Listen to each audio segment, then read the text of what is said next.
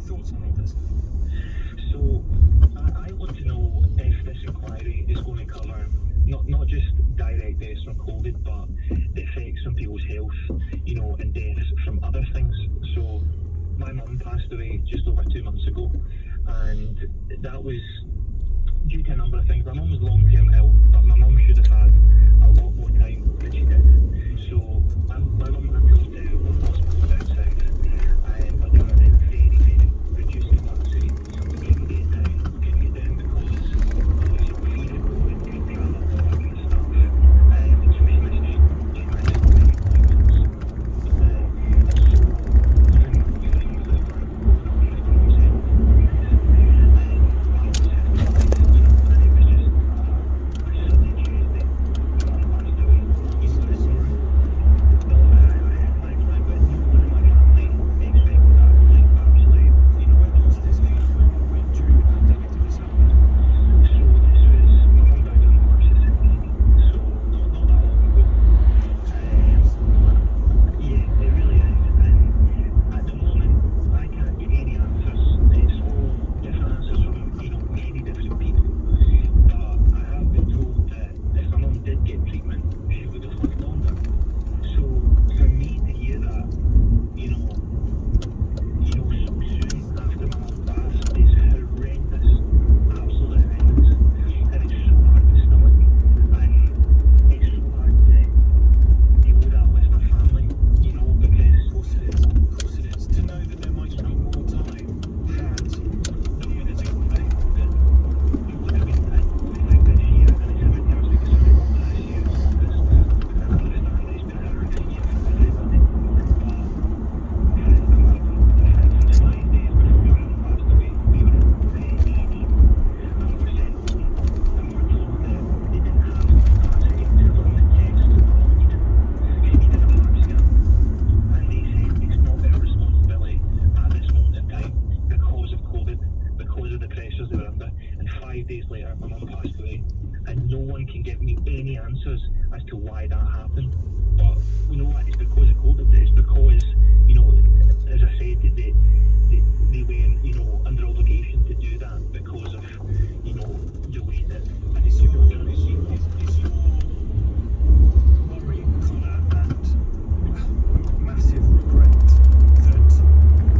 that maybe had it been planned better, or had there been better planning, whatever needed to happen had happened, that the NHS might have been much better able to deal with issues that you were presented with that were not COVID related? Yeah, absolutely. I think even, my mum passed almost a year into the pandemic, almost a year into that happened, and they still couldn't, give my mum any answers. My mum's doctor was waiting to phone my mum 3 weeks after she passed away to say, we're recommending you start treatment 3 weeks after my mum had passed. And I had to phone my mum and tell them that my mum had passed away. They didn't even know. And that was my mum's specific specialist. So there's so many unanswered questions, and I don't really want to talk about that. And when I hear Boris Johnson say, 120,000, 130,000 deaths, to me, I think it's way more than that, because my mum wasn't, living a long-term illness, but she didn't have, say cancer that was terminal, she could die any day. We knew my mum had longer, so there must be so many people that were in worse position than my mum. Well, if you define those people who died not after having had a COVID test in the last 28 days, which is how they're defined at the moment, but as a result, but because of COVID, Connor, you're right. I think it would be absolutely enormous, and I'm just so sorry that it happened to you and your family and your mum. Thank you very much indeed for your call. Steph's in Croydon. We should be talking, Tom, about how we can prevent another pandemic, not focusing on how we can be better prepared. It's been so frustrating for me to hear people discuss this pandemic yet not address how we got here. The majority of pandemics stem from animal to human transition. as long as we continue to treat animals as appallingly as we do, there is a risk of another pandemic. I was pleased to hear you acknowledge this evening the potential for another pandemic. It could so easily have stemmed from a factory farm anywhere in the UK. I implore anyone listening to this to research further into the impact of factory farming, says Steph. I would generally, Steph, I think you're right, but I would generally suggest that our animal welfare laws are better than they are, broadly speaking, in, say, China. But I think that actually change on that is coming quite quickly anyway. I've just seen a tweet actually from Tim Spector, who runs the Zoe app, who is saying that he thinks within the next 5 years we'll be eating much more lab-grown meat and fish than we are currently, and I think that absolutely then has an effect on farming. And those factory farms as well. So that may be a technological change that is coming down the line that makes a pandemic less likely. Problem is, we still don't know how this one started. And I'm going to caveat this by saying I'm not a conspiracy theorist. Trust but verify. You know what's coming.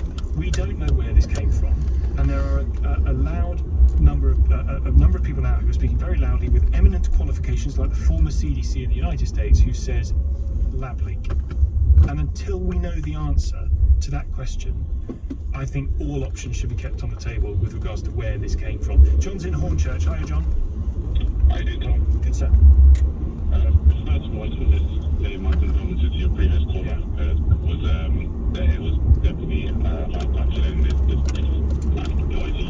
Just don't want people to have gone through that additionally to the pandemic this year. So first of all, just to start that off, obviously to everyone that has a loved one, yeah. But I think in terms of this whole pandemic, first we need to obviously talk to your producer before. I was saying that we need to PPE. That one of the mistakes we had this year was PPE. We need to have a bank of PPE, usable PPE, and obviously within the supply chain, you can actually move that out as the years go by, so you know you're having fresh PPE and it's putting that back into the supply chain of the NHS. So you're constantly using it, you're not sitting on old stock for 50 million years. So identifying those bits, like, as you say, PPE production for a pandemic, or one might argue the ability to make vaccines, fill and finished vaccines, which we don't have much of in this country. It all seems to have gone to India. So, but the identifying what things are critical for national security, be it a pandemic, be it something else, be it a cyber attack, whatever, identifying what those things are and then making a resource for them inside this country is going to take a heck of a lot of good planning and a lot of money. Yes, it will. But then again, now look at if we had planned better, economically we wouldn't have been hit as hard because we would have managed it much more better. So sometimes you have to take the hit initially at some stage, or later on you don't have that hit and you're not stopping your whole economy. Whereas if we did take the hit initially and we managed our stock without the cost any, whether it's PPE, whether it's vaccine, whether it's hospital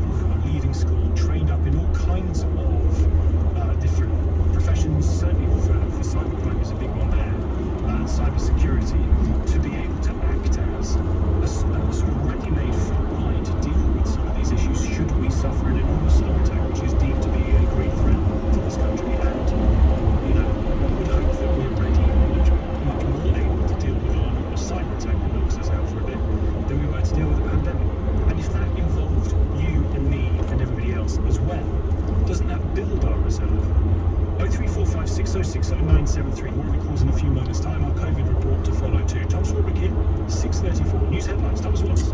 Ministers have confirmed plans to begin the public inquiry into the handling of the coronavirus pandemic next spring. The devolved administrations will be consulted before the scope of the process and its chair are confirmed. Boris Johnson has apologised unreservedly on behalf of the UK government for shootings in West Belfast nearly 50 years ago. Yesterday, a coroner ruled 10 victims killed in Ballymurphy during a British Army operation were entirely innocent. Israel says its forces have killed 16 members of a Hamas military wing in an airstrike on Gaza. More than 1,000 rockets have now been fired by Palestinian militants as part of the continued escalation of the conflict. Showers dying out for most parts of the UK tonight. Rain continuing in East Wales and parts of northern Scotland. A low of 5 degrees. Nick Ferrari at breakfast. LBC. Police in the dock over the handling of the Sarah Everard vigil on Clapham Common. The last thing these grieving women should have been met with was visible manhandling by male police officers. I'm genuinely shocked by what I saw. A dozen teenagers stabbed to death on London streets already this year. An 18-year-old has been stabbed to death in East London, bringing the total number of teenage stabbings in the capital to 12 this year. And warnings of an e-scooter crime wave set to hit London this summer. Lockdown might finally be easy, but the questions keep getting tougher for Dame Cressida Dick. But what will you ask the country's most senior police officer on Call a Commissioner here on LBC, Friday morning from 8. Nick Ferrari at breakfast. Listen live on Global Player LBC. We're so happy that you're so happy. We're all so happy. Happy. We're so happy that you're so happy. We're all so happy. Happy Trade. Happy Trades has a much trusted trade of literally thousands of global reviews on Checkered Trade and have solved any drainage problem. Our engineers are local and here for you 24/7. Click happytrades.co.uk. Happy Trades. Selling your car can be a tough job, but there's no drama with Motorway. At motorway.co.uk, you can sell your car like a pro. Motorway finds your best offer from a nationwide network of verified dealers. You can get up to £1,000 more than part exchange. Go to motorway.co.uk and sell your car like a pro. Motorway.co.uk. The time your little one has a temperature, the time you find a lump, when you hate how you feel inside or can't get to sleep at night. We all need support sometimes. With Bupa Health Insurance, you get round-the-clock access to expert advice, even from your own home. And for a limited time only, new customers get 1 month free. Search Bupa Health Insurance for a quote. Discount applied to months 1 of policy. Pre-existing conditions excluded. Valid on Bupa Buy You quotes until May 31st. Terms and conditions apply. At 3, we understand why it's called running a business. When you're running from call to call, running to collect orders, and running up bills. Run your business without running out of data. Get 3's unlimited data plan for just £14.17 a month. That's 30% cheaper than the other big networks. Search 3 Business. 30% cheaper than E, Vodafone and O2 based on equivalent 24-month plans. Price excludes 20% VAT. See 3.co.uk/terms/business. T's and C's apply. In a world that's full of uncertainty, there's one thing you can always rely on. If your Mini needs a helping hand to get back to its best, your local Mini Centre is here to help. Now with 20% off selected services when you book online.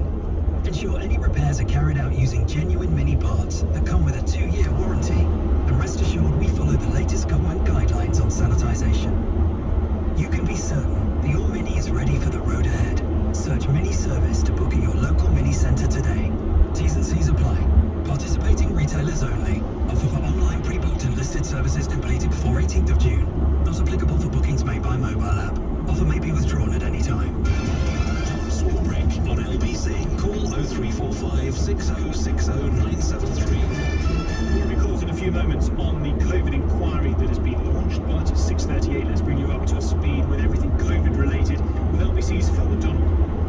Well, Tom, that public inquiry is the story of the day, really. Boris Johnson making the announcement in the Commons, insisting that the review will put the work of his ministers under the microscope. Some families are welcoming the development, but the COVID-19 bereaved Families for Justice group thinks the scheduled start date is simply too late. Charlie lost his dad to coronavirus coronavirus last year, and he told LBC he wants to see it start sooner.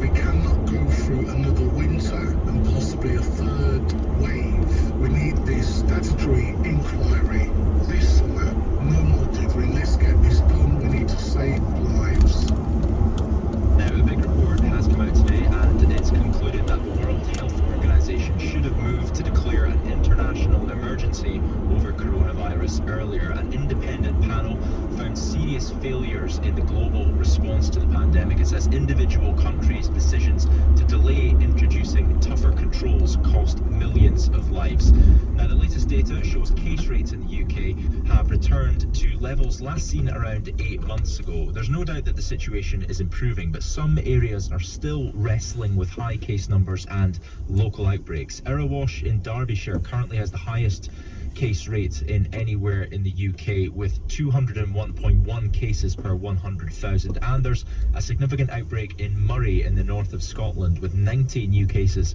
of COVID-19 recorded in the space of a week. Surge testing is underway in most affected areas. Environment Secretary George Eustice has been asked about the possibility of local restrictions. We can't rule anything out, but our plan that's been set out by the Prime Minister, the reason we're being incredibly cautious about exiting lockdown is we want this to be the last.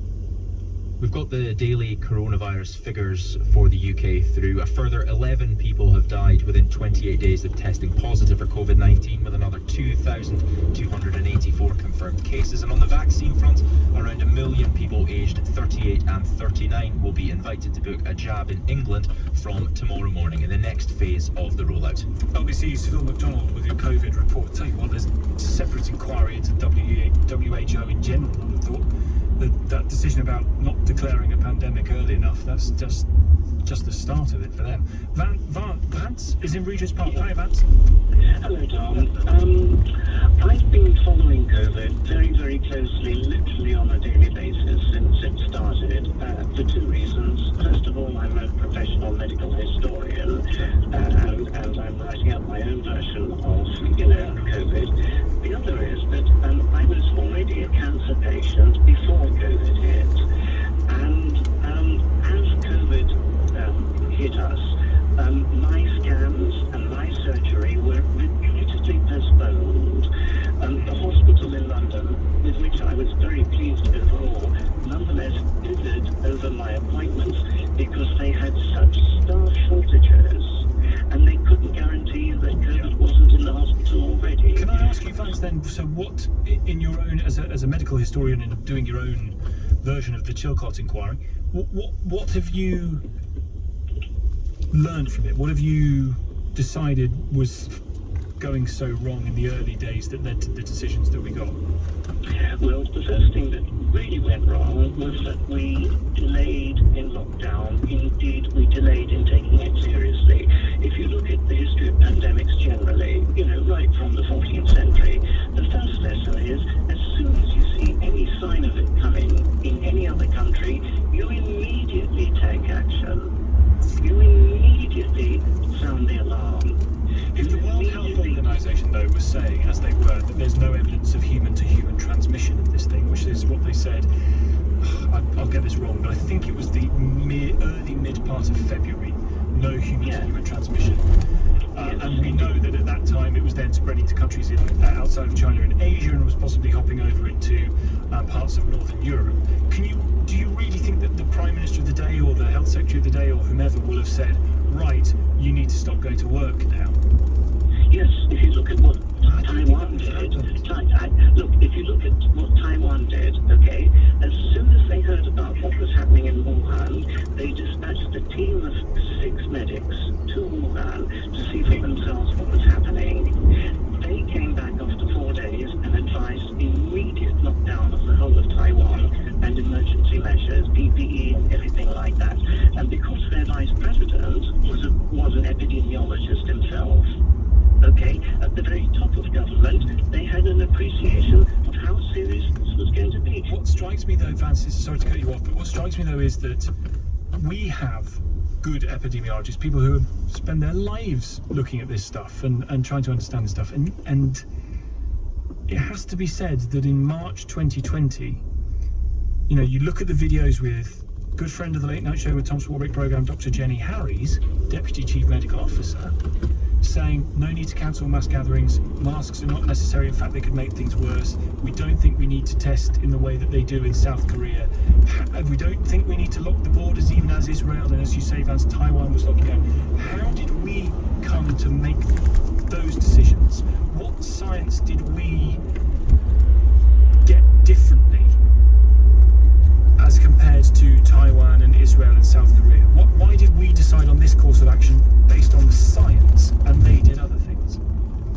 That to me is absolutely at the heart of some of this. Hey, listen, good call, thank you so much. 03456060973. Many more calls to come. 6:45. Here's Thomas Watts.